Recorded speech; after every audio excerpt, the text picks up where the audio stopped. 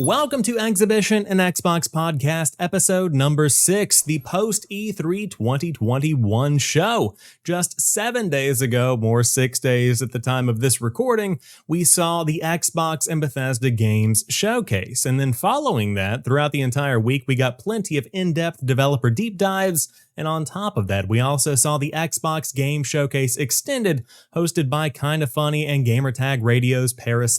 Fantastic shows all around, and we will get into those more in a moment with our special guest, Joey Ferris of GameXplain, and he will tell you more about himself in just a couple of moments. Now, before we dive into today's conversation with Joey, I do want to hit a couple of pieces of news that we did not touch on during the show. First and foremost, the Xbox Design Lab is back. This was unveiled as part of the Xbox Game Showcase Extended, hosted by Ferris, who had a fantastic dig on Khalif Adams of Spawn on Me by stenciling "Cock and Cook" on the bottom of his controller.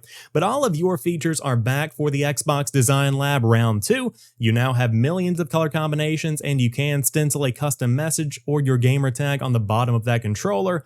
Awesome stuff to see, so dive in and create your perfect controller. I also want to mention, if you want to see some of the games you'll be playing with this new custom controller you hypothetically buy, then you can check out the Summer Game Fest demo event, which is wrapping up on June 21st. That's right, you have about 24 hours left to dive in and see what some of these next big upcoming indies have to offer through a collaboration with ID at Xbox. Some of my favorite experiences were Tunic, the Zelda Fox style game. Godstrike was phenomenal. The Rift Breaker, not really my cup of tea, but interesting to dive in and check out. Lawn Mowing Simulator, one that I think my dad will absolutely love. And of course, Gary Whitta of the Kinda Funny Xcast, probably going to be mixing some of that in with Power Washing Simulator on Twitch. And finally, one that I am so incredibly excited about. This was a sleeper hit announcement for me of E3 2021. Splitgate is coming to consoles, not just Xbox, but also on the PlayStation side of things. Really glad to see this Portal plus Halo mashup is finally moving away from PC exclusivity and coming to consoles. Dive in, check it out. Phenomenal time, runs super well on the Xbox Series X and S. Finally, I do want to touch on one piece of news that I talked about earlier in the week on its own video, but next generation games are going to be playable on last generation hardware. That's pretty impressive, and it's all done through the power of cloud gaming. That's right, Xbox Ones will be able to run some next generation experiences. Two that have been mentioned so far are Microsoft Flight Simulator and Starfield. Now, more could be coming. I would assume it's probably going to be the entire library of games that are playable through the Xbox Cloud Gaming experience, but no announcements have been made as of yet. Jeff Grubb did say, from what he is hearing, and this makes sense to me, that feature will come sometime after the tech is upgraded from Xbox One technology to Xbox Series X technology for that back end of Xbox Cloud Gaming, because right now, effectively, Cloud Gaming is only running Xbox One hardware. When you play anything on Cloud Gaming, it's just an Xbox One streamed directly to your device. So once that next generation experience comes, you will be hearing more about this Xbox One feature that could make a lot of last-gen players very, very excited. But without further ado, let's go ahead and dive into our conversation with GameXplain's Joey Ferris. Well, this week we are joined by Joey Ferris. Joey, if you want to go ahead and tell us a little bit about yourself, what you do online, the content you create, and just kind of give us the rundown. All right, I'll give you the rundown. Hi, my name is Joey. I work for a YouTube channel called GameXplain, where we mostly talk about Nintendo and stuff. We do talk about Xbox a little bit here and there. We also did stream the Xbox E3 show, so that was fun. But normally I cover Nintendo, but I didn't really get to express my opinions like too much on the Xbox show at E3. So I'm really excited to talk about that here with you, buddy. Yeah, man, there's a ton to dive into, but we were talking before the show. I wanted to have you on because I see a lot of podcasts that are, all in on what Xbox is doing, like myself. I'm totally into what Microsoft is bringing to the table. But then, as we all do, as the show was continuing to, go down, I started to check Twitter, see what everybody else was thinking, kind of gauge, check the pulse of the community. And you were more lukewarm than most. And I didn't know if you wanted to kind of go ahead and just dive into why you felt that way. Totally. Like, I have warmed up to the show a little bit since then, especially after watching, Capcom and Square Enix's show. It's just like, wow, that made Xbox's show a heck of a lot better, didn't it? But even though Xbox's show was good, and I would say it was the second best show at E3, I still came away from it wanting more. Like, I didn't feel like they really, for one, I really think they didn't give us enough Halo.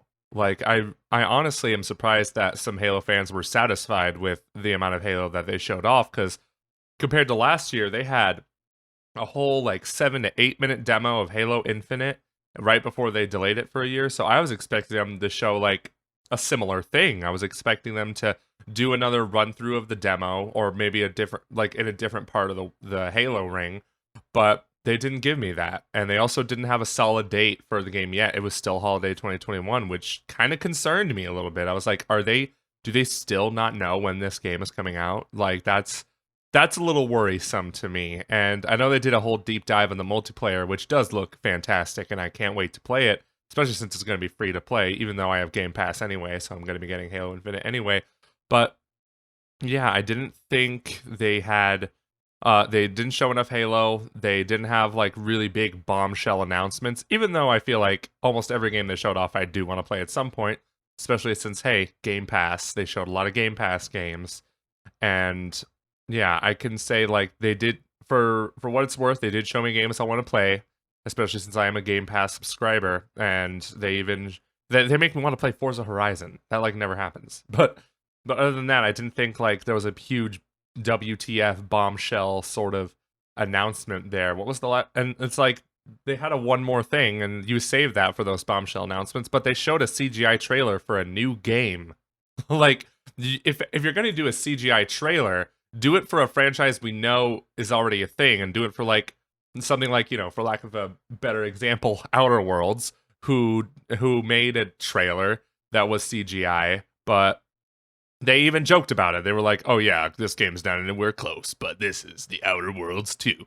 Stuff like that. Instead, it was for Redfall, and I mean, I'm down for anything Arcane Studios does, but it's still kind of just like, if it's a new IP, show the game. Don't show a CGI trailer. We don't have any clue what the game looks like. Yeah, no, I totally understand where you're coming from with that. I feel like Redfall is going to be a really cool experience, and Pete Hines, obviously probably biased when on camera, but he's super excited about what they're bringing to the table and stuff like that. For me, the fact that the entire show was capped off with an Arcane Studios game kind of shows you the focus that Microsoft is putting on that style of experience, and what they're trying to leverage through these new acquisitions that they're starting to really put into a full development, and to really start to bring these Xbox exclusives to light. Absolutely. And I also just remembered Deathloop was also revealed with a CGI trailer, but that trailer, I don't know if you remember that trailer. That was a dope trailer. I am counting down the days until Deathloop stops being a PlayStation 5 exclusive. Like, the game isn't even out yet on PlayStation 5, and I'm ready for it to break that and like come to other platforms. Exactly. Is it also coming to Xbox One? No, it's only PS5 and 4. Yeah, that's a PS5 Wow. exclusive. I know that it's a launch exclusive, and I think there have been some leaked documents, or maybe something that came up, maybe during the Epic Games lawsuit a couple of months back. But, I think it's supposed to be, I want to say 6 months, but it could be a year. But as we've seen with stuff like Final Fantasy, that can be pushed out if enough money is kind of thrown around. Yeah, I have a feeling that'll be a 6-month thing. I don't think Xbox fans are gonna have to wait much longer. But yeah, it's interesting because now Bethesda's straight up owned by Microsoft, and now all their games are only coming out on Xbox and PC. So we'll talk about that transition. more. We'll talk about that more in a moment, just because there's so much to dive into there. To talk about Halo Infinite, though, to kind of go back to that, since that was the big, first thing that you came out of the gate with.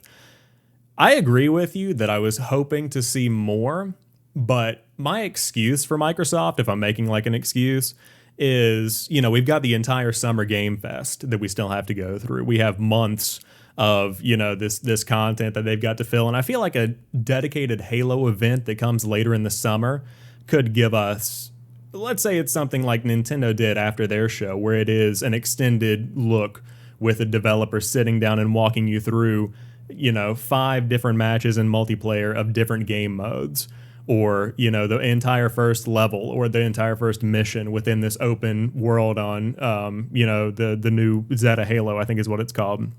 But I think that there's more to come in the summer, and they didn't want to put everything out at E3. And this year's show was weird just because you have this virtual approach for E3, but then you also have the Summer Game Fest kickoff that happened a couple of days prior. And then you also have all these other events coming throughout the entire summer with more to be announced, I'm sure. A PlayStation show is obviously on the way. And it's just like, I'm not sure everybody knows where to place what they need to get out there. I think it's kind of a weird setup right now. Yeah, and some people are like, for just ease of use, they're just counting Summer Game Fest as like an E3 thing or an E3 as a Summer Game Fest thing.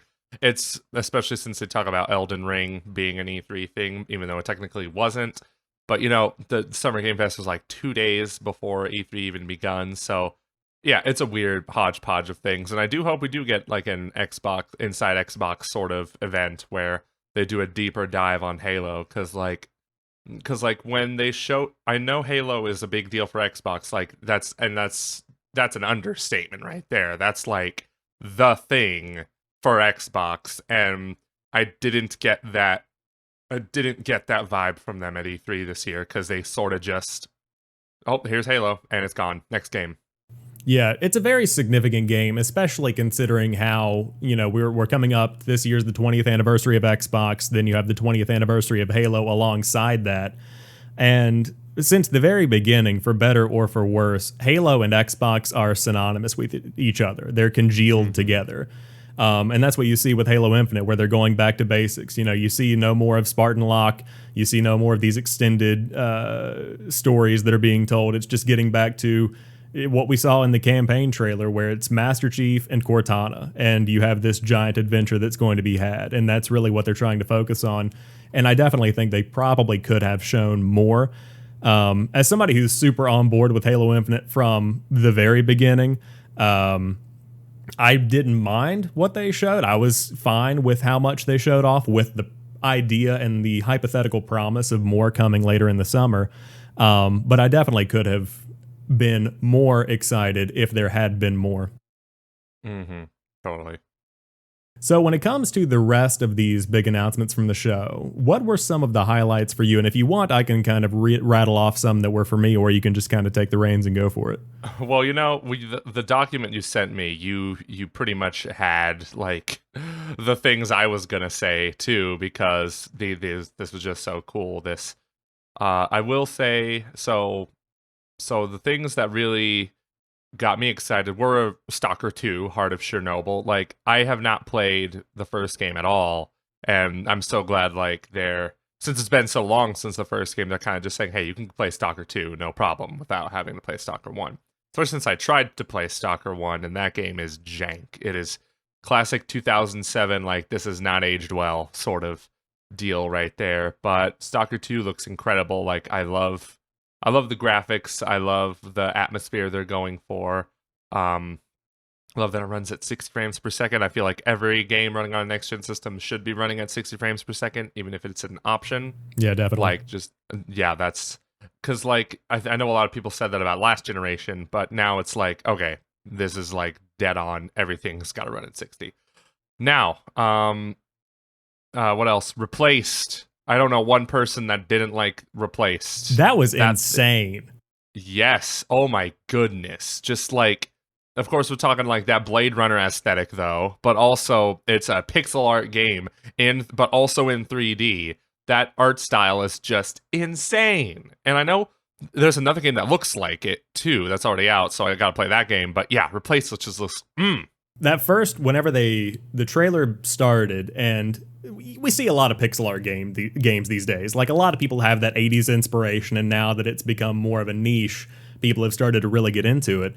But as soon as, I think it was whenever the main character you play as, was running through the woods, and they rounded a corner, and then you first saw that, because it's labeled as a 2.5 dimensional, but you see that first 3D element kind of come in, where they take a corner, and I was like, holy shit. This is different. And then the lighting hits, and you see the lighting, and it's almost like, I'm sure that it's not actually ray tracing, but it has that kind of style. That's when I realized, it was almost like the first time that I saw Octopath Traveler, where like it's the pixel art style that I'm familiar with, but there's another level of complexity here that makes it something unique. Oh, totally. Like, yeah, it does have those Octopath Travelers sort of vibes going for it, of course, but it's doing something completely different with it. It's doing like a cyberpunk style of game, and it just looks incredible. And I haven't watched that trailer again since, so I need to definitely do that. But another trailer that really got my jellies in a twist because it looked so good was Summerville, which looks like a game that made from the developers of Limbo and Inside, and it turns out like the studio who was making it was one of the co-founders of that studio. So it totally makes sense there. It looks really cool because it's totally like an alien invasion apocalypse story, but told from the perspective of a family just trying to survive it. But it's not even just like aliens. It's like it looks like there's literal superheroes like defending them, like these super soldiers like they're running into. It just looks it's very War of the Worlds vibes, but also with that sort of sci-fi superhero type element to it. There's a lot to this story I just want to know, and chances are if this game is what I think it is, there's going to be a lot they don't tell us about the story, which is fine. I just want to play through this journey that looks dark, that looks terrifying, but also super cool at the same time. Yeah, that game was one that caught my eye as well. And I like what you said about War of the Worlds. It really has that kind of not only feel for the story, but also, you know, like the whole family sitting on the couch watching TV, and then all of a sudden you see like a meteor behind them hit or whatever the devastation is. Like that kind of setup is what got me excited for that game. And I don't think we'll hear more about the story, but in the same way that I'm excited for that, I'm excited for something like 12 Minutes with Willem Dafoe and that kind of top-down storytelling thing.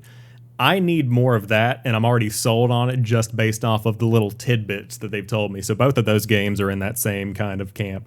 Yeah, and I'm pretty much done with what got me hyped, so let's go to you. For me, like you said, Stalker 2 is definitely one that caught my eye just because, and I know that the game is a 200 gigabyte install. Like what? That news came out earlier this week. Yeah, because I was sitting there looking at it. I went to the mountains over last weekend, so I was watching E3 through a 1440p tablet, you know. And even on that, I was like, hey, these textures, they're looking good. You know, this game runs at 60 FPS. And then I realized why the textures look so good, because there are 200 gigabytes of them. But all of that install size, beside the fact, hopefully they can minimize that before release. It just looks gorgeous. But one of the biggest announcements for me that really got me hyped was one that leaked ahead of it, with Back 4 Blood being a part of Game Pass. That's major. That is major. Just because I regrettably didn't play a lot of Left 4 Dead in high school, so I need to make up for lost time here. Yeah, that's kind of where I'm at. I played Left 4 Dead. It was kind of a, whenever I first got into the Xbox 360, I transitioned from a PS3 to a 360 because that's where all of my friends were playing. We all know the story of where you started on PS2. Most people went to Xbox 360, then you got to PS4. That's kind of the cadence that a lot of people took, at least in my school. And so I didn't really get into Left 4 Dead until after it had kind of passed, which is why I'm huge into Battlefield 3 even now. We talked about it on Twitter a couple of weeks back. But with Back 4 Blood coming from Turtle Rock, I hope that it takes the lessons learned from Evolve and then it combines it with the good parts of what made Left 4 Dead 2 fantastic. And with a huge audience on day one through Game Pass, you don't have to worry about small matchmaking lobbies. You don't have to worry about minuscule community of 1,000 people that dribbles off after launch. Like, there will always be people ready to play, and that's super powerful. Yeah, I'm excited now that it's coming to Game Pass. Definitely will give me a reason to get into that. Even if I play it for like 2 days, I'll still get my money's worth because it's Game Pass, and I love Game Pass.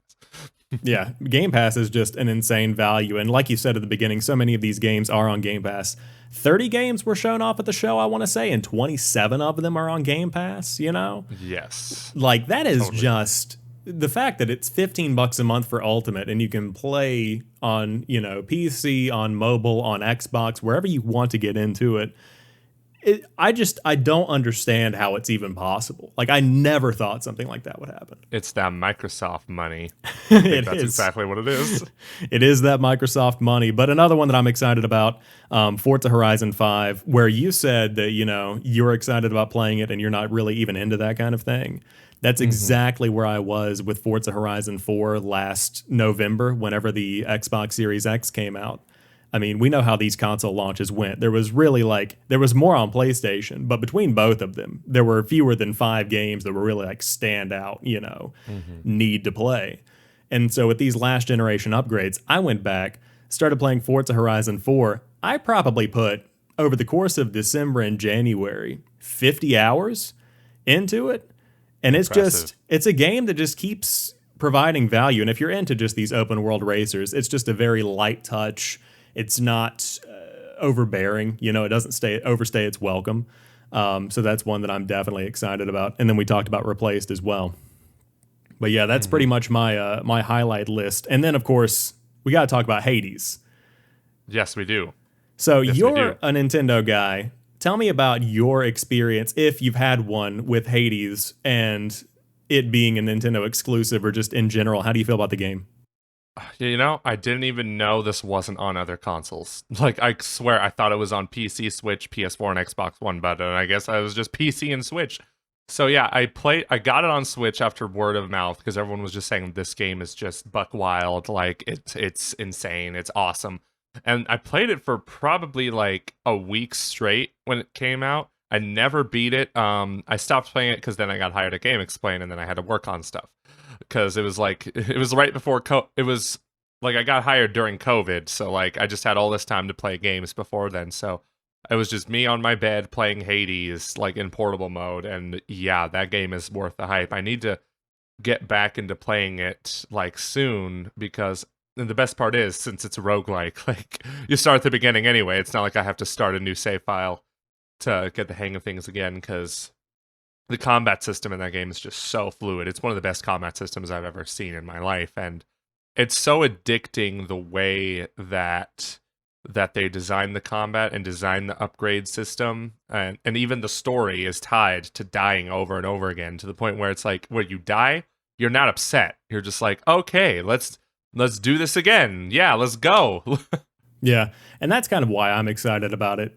I don't own a Nintendo Switch, and I used to play a lot of games on PC in college, but it's just not appealing to me. Like, I'd rather have the living room, where I'm just hanging out on the couch kind of experience. Same. Like, I really don't. Like, I have a good PC. It's not like it has an RTX card or anything, but it's a really good PC. I still prefer playing games on consoles. Like, this is my workstation. I don't want to mix work and games, although I have been addicted to Power Wash Simulator. Don't ask me why. Yeah, I recorded the intro for this show beforehand, and I actually downloaded during the Summer Game Fest demo event that's going on right now on Xbox. I got Lawn Mowing Simulator.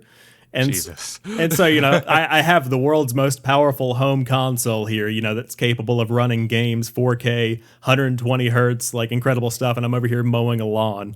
But yeah, so I totally understand the draw of having a dad pastime game in your in your repertoire. But yeah, I just enjoy that that couch-based experience and that living room experience. And so I've heard a lot of good things about Hades. My coworkers were telling me about it. I've watched a lot of gameplay, but like you said, it's just endlessly replayable to the point that you don't really have to worry about not necessarily not worry about getting bored because everything gets old over time, but there's a lot of replay value there. I noticed you didn't mention a game that was on your list, Battlefield 2042, which I want to talk about to death. Definitely. Let's go ahead and just transition into that. Lay it out for me. Give me your thoughts. I am so mad.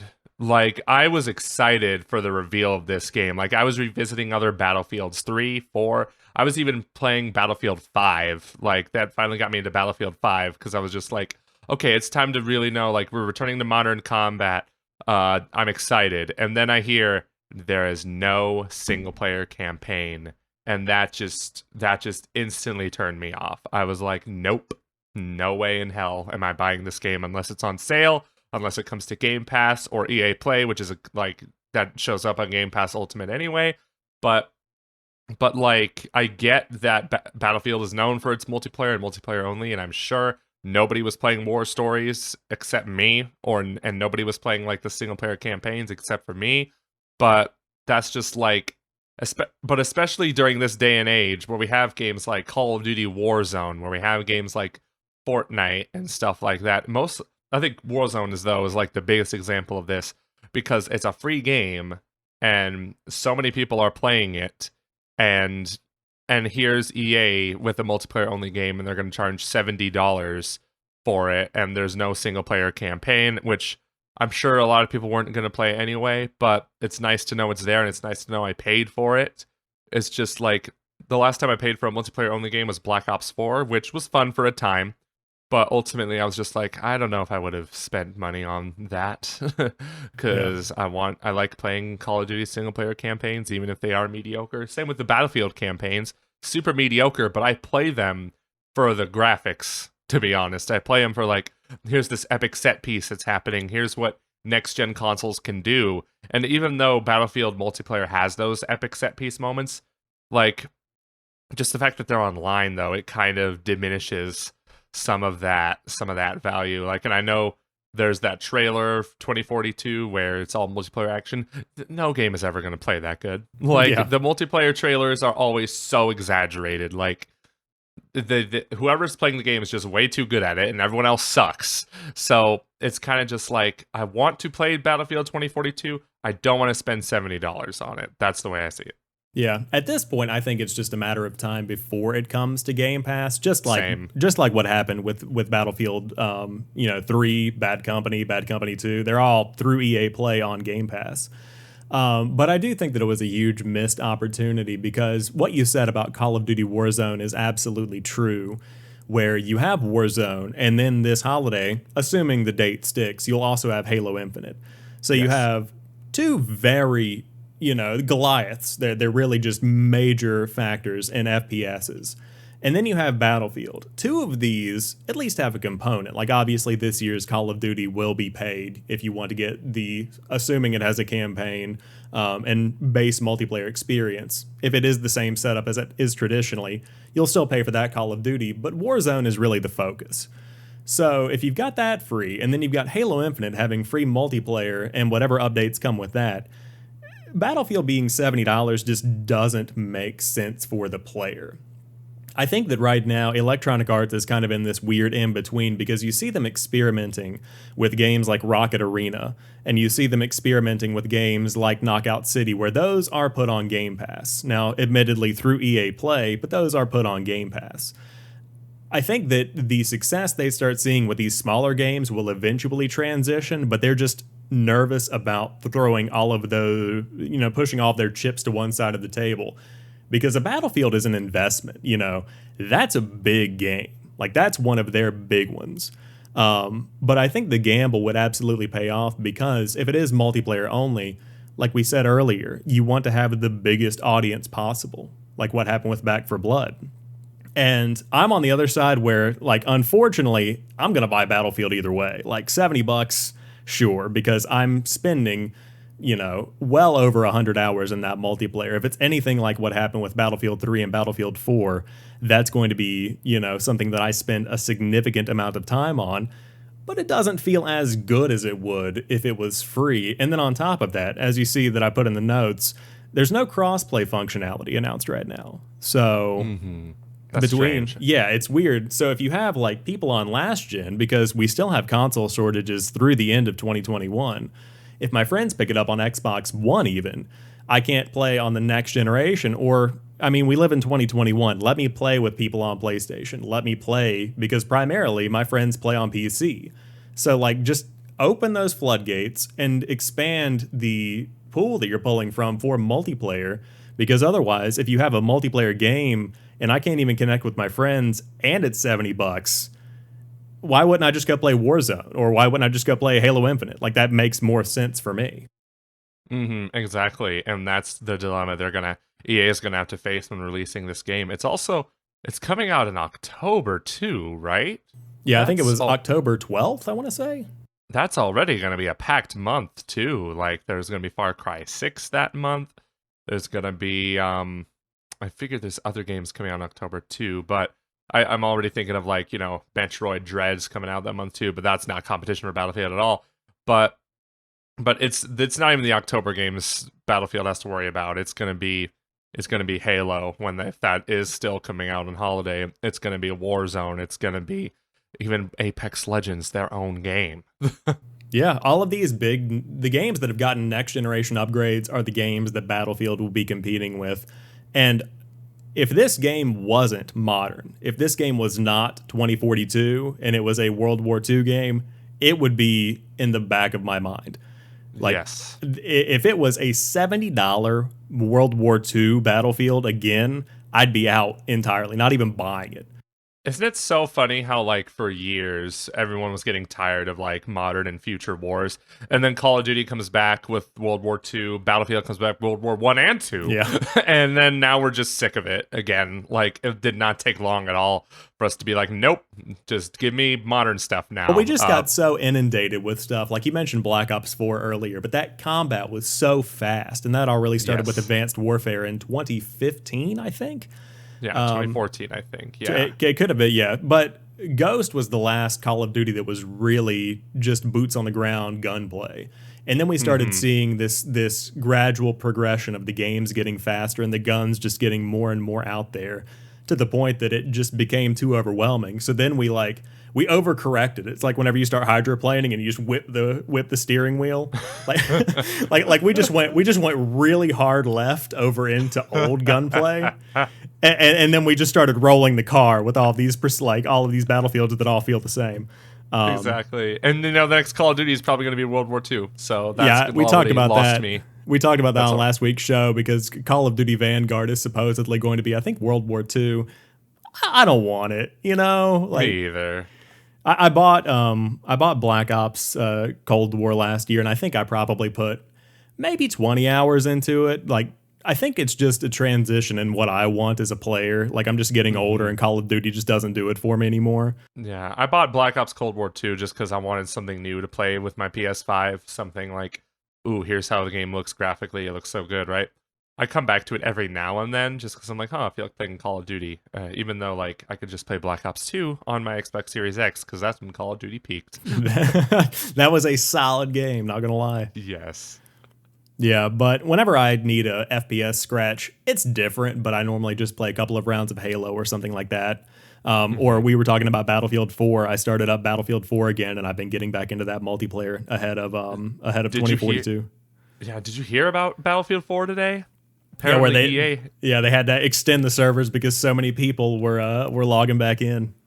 Yeah, it's a combination of 2042 and also, like, they gave the game away for free on Amazon Prime Gaming, right? So yeah, naturally that was going to happen. I might have to jump back into that too. Like, the Battlefield games for me, I think I played a lot of 4 when, I don't know how much I played of 3. I played a lot of online shooters, like, in high school, but now that's all a blur to me, so I don't really know how often I played them. But 4 I played that for, I don't know how many hours I played it for on PS4, but I had a good time with that, and now I have it on PC. I'm pretty sure I got it for free on PC. I'm not sure, but now it's just like, I have all these games. Did I get them for free or did I not? I don't know. But yeah, so I definitely gotta maybe jump back into 4. But I'm not buying 2042, so it's kind of just feels like, what am I preparing for? Yeah, and I mean, even if you don't get into Battlefield 2042 and you just want to play Battlefield 4, it's still a great game, Oh yeah. Like, even if you just want to scratch that shooter itch and you don't want to play Call of Duty Black Ops 2 on Xbox 360, then by all means, you can check out Battlefield 4. But yeah, it's just one of those games where that was a summer game for me. It was Battlefield 3, where I would sit down as soon as my parents left for work when I was home alone during the summer before I got a job. And I would play from just 9 a.m. all the way until like 6. Like, there were no breaks. It was just pizza rolls and Mountain Dew. We were just going in. It was just unprecedented, fantastic time. And it really makes me regret becoming an adult so quickly and growing up and having an apartment. But that's all beside the point. But yeah, definitely looking forward to Battlefield 2042 for me, but I definitely understand where you're coming from with the regret of having a $70 price tag and no campaign. I am interested to see how well this game does with that $70 price tag, but it wouldn't surprise me if, like, a month or two before the game's launch, they announce, hey, it's coming to Game Pass, or it's coming to EA Play, part of Xbox Game Pass Ultimate. So I see that occurring, or I see it happening like shortly after the game comes out.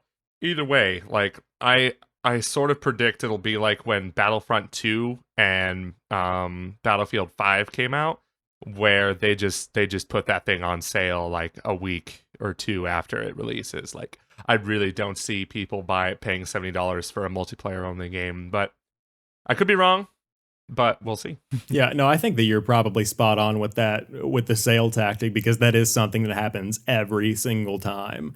Is just it launches for $70. Let's say, well, normally it launches for $60, but within the next 2 weeks, I'm not sure if it's just a coincidence through Black Friday sales or holiday sales, but it's generally $40. And so I would be much more willing to go in on 2042 if it was 50. And so with EA Play, you do get the 10-hour trial. So you can download and play for 10 hours. And so what my strategy might be, just because like I'm not rolling in cash over here, like I might download it and play for 10 hours just through the trial, then give it a couple weeks, see if it drops in price. Because the same thing happens with Call of Duty, where it drops down in a couple of weeks after launch as well. So that's a really good point. That's a bold strategy. I might have to do the same thing. Who knows? Maybe I'll love 10 hours of it and be like, you know what? Maybe they do deserve my $70 and I will buy it, because job well done. Because the one thing Battlefield 2042 has going for it is that people aren't already super lukewarm on it. People are super hyped for 2042, whereas like the games I was mentioning earlier, Battlefront 2 and Battlefield 5, people were just like, I don't care. Before that game even came out, people already hated 5 like when it was announced for whatever reason. But same with Battlefront 2, it was just like, what's this loot box crap that you're pulling with me, EA? Like, what's going on? I think the most important thing for me is that they take the effort that was going to be put into a potential campaign and they reallocate that and distribute it evenly throughout the life of Battlefield 2042. Because if it's a multiplayer game, you've got to be very diligent with weapon balance. You've got to be very active in the community when it comes to free updates. I'm sure there's going to be some kind of battle pass system, but as with Battlefield 5, I believe all of the new maps are being given away for free, like they're getting away from the pack system. So it's just those continual updates and those continual reasons for me to come back to the game, because otherwise, if everybody just moves on and starts playing the next Call of Duty or just goes back to Warzone, then this game is going to be floundering 2 months after launch. Totally. I'm excited to see. Yeah, we will see. But going back to the single player stuff, I figured we would go ahead and transition into our talk on Bethesda games, because we've got a couple of things to talk about. We touched on Redfall earlier. We haven't talked much about Starfield. What do you think about the in-engine cinematic, the kickoff to the entire Xbox and Bethesda game showcase? Give me your thoughts. It looked good, but it was still just like no gameplay. But when they said Creation Engine 2, I was like, wait a minute, hold on. Are you finally doing it, Bethesda? Are you finally putting this game on a new engine? Like, finally? Yeah. I hope after Fallout 76, you would say, hey, we need to not do this. We can't do this again. Not even Fallout 76, but Fallout 4 is one that was just, even a few years before the end of the console life cycle of the PlayStation 4, you boot that thing up and it feels archaic. Like it feels like an Xbox 360 game. And so they've been talking about the new engine for a while. I think that's something that was unveiled during last year's Xbox showcase during their July, sit down. But again, how much different will it be? Because Creation Engine 2, like I know that these are nomenclatures and that these are just naming strategies, but like, is it definitively different? And how different is it from the foundation that it's built on? How much better does that engine actually make things run? How much does it actually improve the gameplay? And we won't really know, not only until we get actual gameplay footage, but until we are able to get hands-on with a demo or something to prove the value that Starfield is bringing. It's the first new Bethesda game in 25 years, or I should say new Bethesda IP in 25 years. And like, that's a lot to live up to. That's a major order. It really is. Like, I have hope. I wouldn't say high hopes for Starfield. I'm cautiously optimistic. I need to see gameplay first, and like even despite its jank, I still enjoy Fallout games. The only Bethesda game I've beaten though is like Skyrim, and I only beat it because it was on the Switch, which I could play all the time, anywhere, all the time. And I'm talking like main campaign wise. I've never 100%ed a Bethesda game, but yeah, Starfield, I still don't know how to feel about it. It looks visually good, but it still looks like it has that sort of look Bethesda games have, where it's not exactly polished, like super polished. And even though it's an in-engine trailer, they still do things to make it look prettier. Like, let's be real. Yeah, I think that's one concern that I have as well, is because, especially on those tight shots on the main character's face, I'm not sure if they've unveiled her name yet, but whenever you get those tight shots, I understand that it's very early in development. I know that it's just an E3 trailer, but the textures look a little bit off. There's this kind of like, you know, that we've got the dead eyes where it's just, this doesn't look like, when I see gameplay of The Last of Us, or actually The Last of Us 2 to be more recent with it, I see that and it looks, that's one of the most realistic facial animation systems that I've ever seen. Like, when I see The Last of Us 2 running, it looks like something that is on a completely different level. I wasn't getting that from the character model in Starfield. Now, of course, COVID and character model capturing, that was a whole issue in and of itself, so that could change later on. I loved the set pieces, like we all talked about the sandwich a bit, you know, that was sitting on the counter, and the intricacies of the console that they were sitting on in the cockpit. But that kind of stuff looks good. It's just the character that I'm kind of concerned about, which then, you know, brings up these PTSD memories of Fallout 4, where it was just, you know, really janky, like in that in that kind-hearted, warm-hearted Bethesda jank kind of way, but it was still janky. So yeah, I don't think we're ever gonna see jank go away in Bethesda games. Maybe Starfield can prove me wrong on that, but I highly doubt that it will. But yeah, I don't have many more thoughts about Starfield. It is kind of just like, I'll wait and see. We'll probably get a deep dive at next year's E3 with the gameplay like they usually like to do with these kind of games. So maybe we'll see then. I'm getting already like No Man's Sky sort of vibes from it, but it's not. I know it's not going to be like a procedurally generated sort of game or anything. Is No Man's Sky still procedurally generated? I haven't played it since 2016, so I don't even they've know improved that game a lot. Like, it's it is significantly better than it was. I'm still not, every now and then I start diving back in and getting into it, and then I realize the investment that it takes to really get into it, and I put it on pause and then I uninstall it. But yeah, I'm not sure what kind of game it's going to be, and that's really the conversation that's being had. I feel, it sounds bad, but I think it's going to get not overshadowed, but it's going to be pulling that Titanfall 2 situation where Starfield and the Outer Worlds 2 will unintentionally compete with themselves, where you have something that's fun and lighthearted, and it is just you exploring the galaxy in a very you know, it's almost like a Guardians of the Galaxy style romp, where it's just you're going on an adventure, versus Starfield that feels like something where it is like Skyrim, where you're exploring these new species and you're meeting these new characters, and it's going to be much more serious. So like, in my taste, I'm going towards the Outer Worlds too, just because I don't like the serious kind of nature. I'd much rather have this comic book style adventure, whereas somebody who likes more of the realism might go more for Starfield. But I think they're probably going to be a little bit closer in style than a lot of people would want them to be, I think. I don't. You see, I'm of a different mind with the Outer Worlds, because I really did not like the Outer Worlds. I must have played like 5, 6, 7 hours of it. I don't quite remember, but I just had no desire to go back to it when I was done with those initial hours. I was just like, this is kind of a shallow experience, and it doesn't feel as refined. The worlds are small. It is, of course, maybe should have set expectations properly. It's a mid-budget game. It's not like a huge quadruple A sort of experience, but at the same time, it was just kind of like, all I'm doing is talking, really. And I know it's an RPG, but it was just a lot of chat, and I feel like it didn't take much to convince characters to like be on a certain side or anything. And yeah, it wasn't a game that. And when they announced the Outer Worlds 2, I was kind of just like, oh, okay. I'm not excited for this, and I really don't think it's going to be competing with Starfield. I think the Outer Worlds 2 is going to come out way after Starfield. Oh, you think so?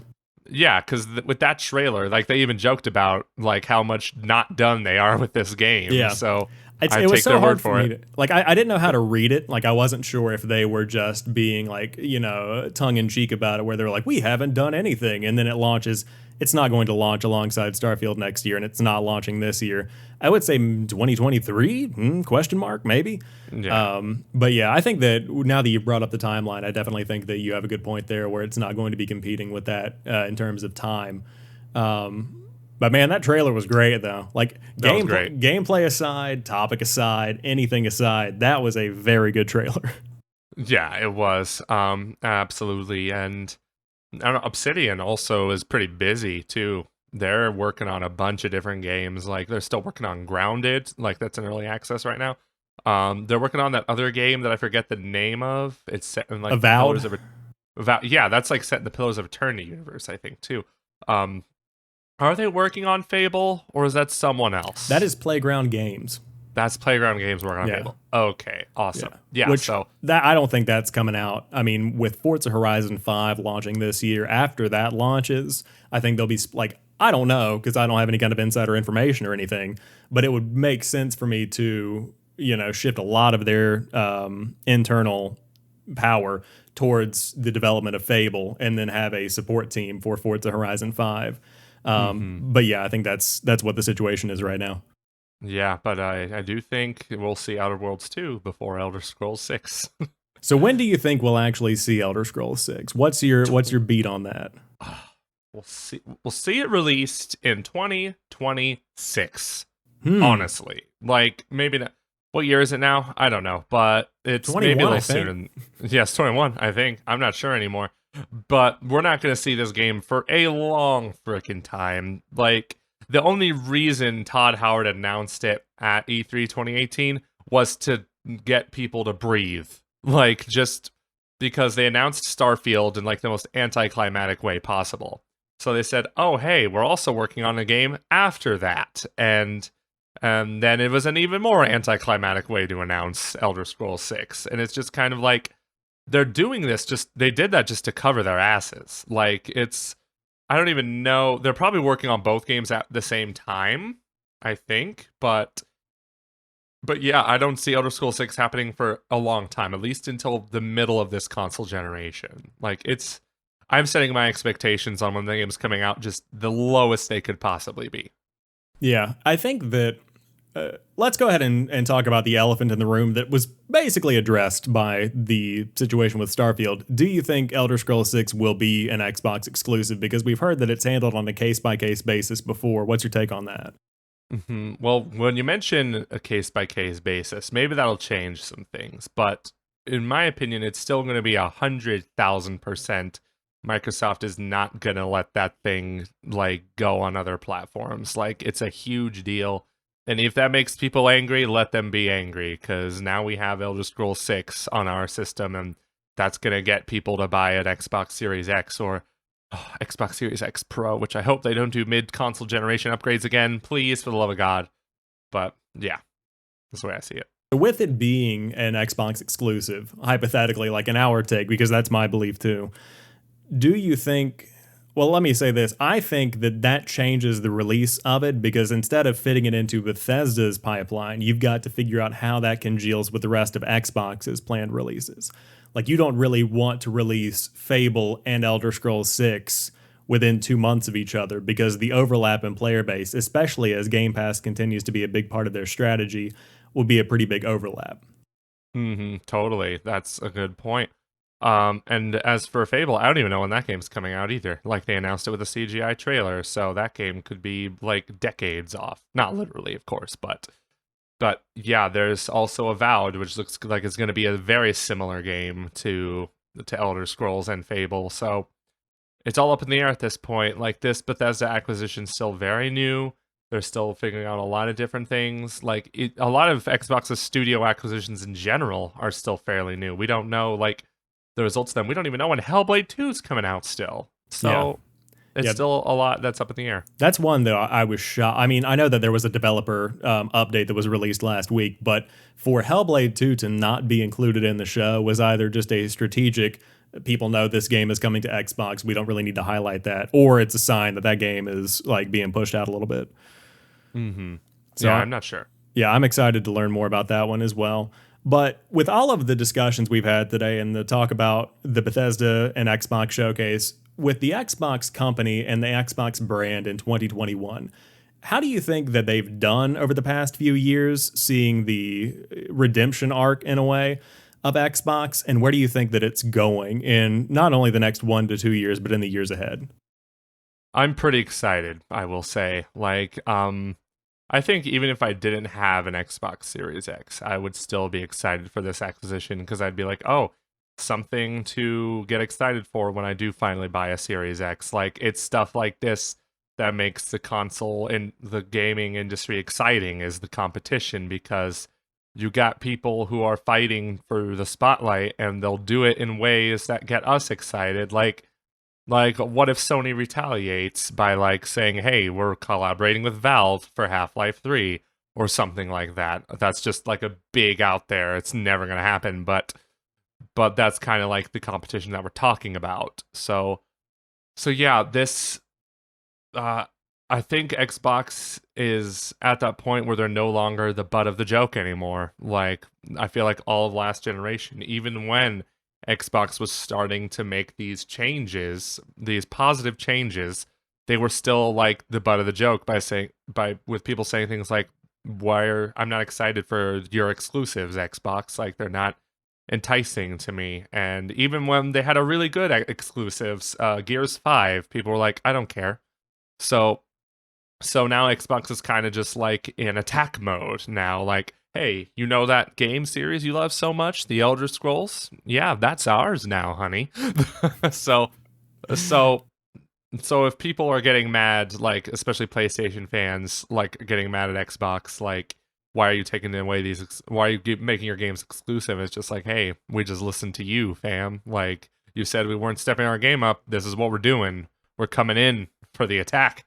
Yeah, I mean, that's a major point. And I understand the anger that a lot of people in the PlayStation community are experiencing, because, like, I grew up as a PlayStation guy. I still love the PlayStation brand, and I don't feel the need to buy a PS5 right now, just because the exclusives that have been released and that are announced don't really appeal that much to me. I'm looking forward to God of War. But I would be upset, if it was me in this flip position. But at the same time, while we like to think these gaming companies are, friendly and that they are just trying, like, it's all about the player, it's all about bringing the best experience, they're still trying to make money. Like, the entire industry is founded on the idea of selling a product, in return receiving cash for said product. And they have to compete, because Sony is continuing today, financially and fiscally, they're just dominating. And so if they don't invest heavily in bringing games that people want to play, and in improving their hardware, and in nailing their marketing. I mean, the fact that they're making the Xbox mini fridge after listening to the fact that the Series X looks like a fridge, that is marketing at its finest, And so all of these elements are all coming together to really prove to me that, like you said, Microsoft is coming up to bat. They are here if they're not going to win, they're here to play. And PlayStation finally has competition. And whenever these two start butting heads, that's when the players are the ones that start to see the benefits. Just like with MLB The Show 21 coming to Xbox, that wouldn't have happened if Microsoft hadn't splashed the cash. And so now Sony's looking at that, and they're probably thinking, that was the best-selling game on Xbox in April. I think that's a true fact. I would have to double-check that. But it's one of the best-selling games on Xbox in April. How do we counter that? What can we take from them to bring to the PlayStation community that makes them more excited? Or what can we make organically that makes them more excited? But it's that kind of stuff that just makes me so pumped about this generation. It's the best time ever to be playing games. It really is. Like, I'm very excited to see what the future of Xbox looks like. I really hope I don't have to wait much longer, because I still feel like we're waiting, at the same time. It's kind of just like, okay, Redfall is a thing I don't know what to think of it, because it's a CGI trailer, but thanks. Yeah, and they have the timeline of the next 6 months, where that was Phil Spencer's big thing. I think they had a branded hashtag on Twitter, but it was 6 months, 6 games. But it's stuff like Not that this is small, but like Psychonauts 2, where Mhm. that's cool. I'll play it. I'm not counting down the days, Yeah. like it's neat. And I think it's smaller stuff like that. But I think you'll That game start. was announced in 2015. Was it really? Yes, they announced it at the Game Awards 2015, and I did not think it would take them 6 years to make that game. Wow. I think that what it was, I believe I was listening to the Xbox Expansion Pass, which is another really good podcast for listeners that want to check out more Xbox stuff. But I think, and you might know this too, it was originally funded via Kickstarter. And so then it got kickstarted. Yeah, okay. So, and then it got picked up by Xbox, and they were like, we've got so much money. So I think the scope of the project probably changed over time. It wasn't exactly Kickstarter. It was some other weird crowdfunding website that is probably defunct now because I have never heard of it since then. Yeah. Yeah. But either way, I'm excited for teams like that to be able to bring that kind of stuff in. And in the same way, like I'm sure whenever Grounded comes out of early access, that'll be a big, big marketing push from the Xbox team. But it's just not something I need. Like cool, neat, sure. But like I don't really need it. So I think when you start seeing Forza Horizon 5 and Halo Infinite drop, that's when the cadence really starts to pick up. After that, that's whenever I'm up in the air, because then you have this giant swath of time until Starfield. So what comes out spring and summer of next year? That's what I want to know. Yeah. Well, Classic will just have to wait and see, but all eyes are on Halo for Xbox right now. That's the way I see it. Definitely, for sure. And that's a big thing to have eyes on as well.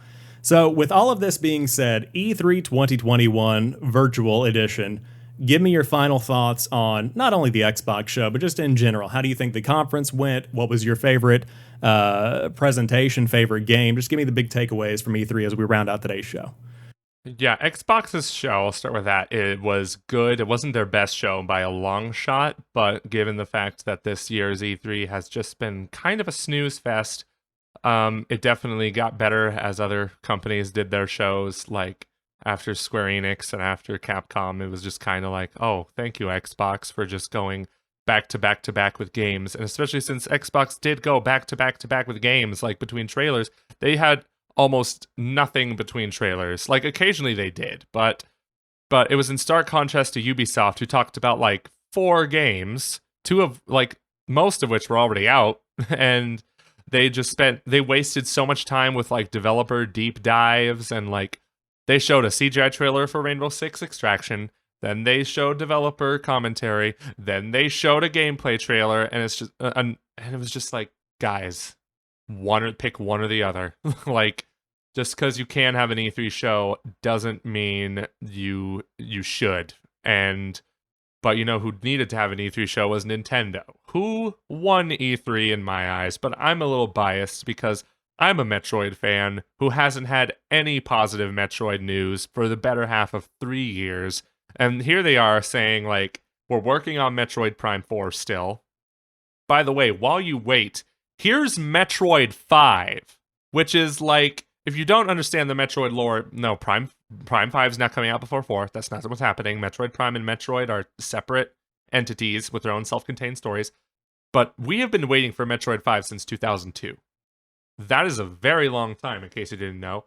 So now it's like we're finally getting that story continued. And on top of that, we got this cool-looking WarioWare game. We got Advance Wars coming back. We got a new Super Monkey Ball. We're getting Zelda next year, which was a bummer because a lot of people were hoping this year. But yeah, I think in my eyes, and I'm a little biased, of course, is that Nintendo won because they gave me what I wanted. This entire E3 was a new Metroid game. Yeah, and I think that last point that you made is that Nintendo won in your eyes because they gave you what you wanted. And like as a Nintendo fan, I'm sure that you were like super pumped about everything they brought to the table. Nearly everything. Obviously, there are always hits and misses with every conference. But that's where Xbox and Nintendo come together, because as somebody who watched the Xbox show, kind of like you said, there wasn't a single game on there that I wouldn't at least be willing to try. Yes. And I checked out what Nintendo brought as well.